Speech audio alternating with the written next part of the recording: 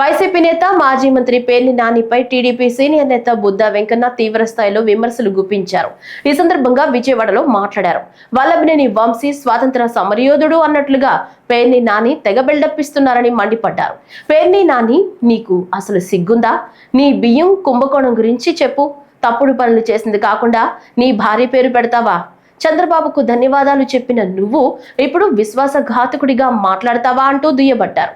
BC నేత కొల్లు రవీంద్రను జైల్లో పెట్టించిన చరిత్ర మీదని, ఆయన హత్య రాజకీయాలు చేసే వ్యక్త మీకు తెలియదా? సౌమ్యుడిని 55 రోజుల పాటు జైల్లో పెట్టించారని బుద్ధా వెంకన్న ఆగ్రహం వ్యక్తం చేశారు.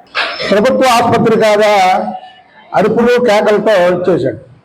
పేరున్నానే అసలు నువ్వు బొక్కేసినటువంటి బియ్యం సంగతి మాట్లాడు. నీకు సిగ్గనేది ఉందా? ఎవరన్నా చెడ్డ పనులు చేసేటప్పుడు భార్య పేరు మీద పెడతారా? నువ్వు నీ భార్యకు తెలియకుండా నీ భార్య పేరు మీద పెట్టి అందులో బియ్యం బొక్కేసి కోట్లాది రూపాయలు సంపాదించినటువంటి నువ్వు చంద్రబాబు నాయుడు గారికి థ్యాంక్స్ చెప్పావు. ఏమని? పాప ఆడమ్మాయి ఆమె జైల్లో వేయొద్దని చంద్రబాబు గారు చెప్పారని. అప్పుడే మర్చిపోయావా? విశ్వాసఘాతకుడా, విశ్వాసం అనేది లేదు నీకు. నిన్న చంద్రబాబు గారి గురించి, చంద్రబాబు గారి ప్రభుత్వం గురించి నువ్వు మాట్లాడతావా? మా బీసీ నాయకుడు అయినటువంటి కొల్లు రవీంద్రని దాదాపు 55 రోజులు జైల్లో పెట్టినటువంటి వాడు నువ్వు.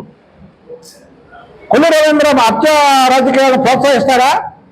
హత్యల్లో ఎక్కడైనా ఇన్వాల్వ్ అవుతారా? అలాంటి కొల్లు రవీంద్రాన్ని హత్య కేసులో ఇరికించి దాదాపు 55 రోజులు జైల్లో పెట్టించి అలా మావయ్య ఎవరైతే నడకూడదు నరసరావు మాజీ మంత్రి గారు ఉన్నారో ఆయన మానసికంగా కృంగిపోయి ఆయన చావుకు కారణమైనటువంటి వ్యక్తి నువ్వు మాట్లాడతావా ఈ స్వాతంత్ర సమరయోధుడని? అందులో ఇంకోటి, ఈ స్వాతంత్ర సమరయోధుడు వంశీని వంగవీటి మోహన్ రంగా గారితో పోల్చాడు. వంగవీటి మోహన్ రంగా గారు ఎక్కడ? వల్లభనేని వంశీ ఎక్కడ? వంగవీటి మోహన్ రంగా గారు పేదల ఇళ్ల పట్టాల కోసం నిరాహార దీక్ష చేసి ఆ నిరాహార దీక్షలో చనిపోయినటువంటి వ్యక్తి. ఈ వల్లభనేని వంశీ పేదలకి ఇళ్ల పట్టాలు ఇప్పిస్తాడని ప్రతి ఒక్క పేదవాడి దగ్గర డబ్బులు కొట్టేసినటువంటి వ్యక్తి.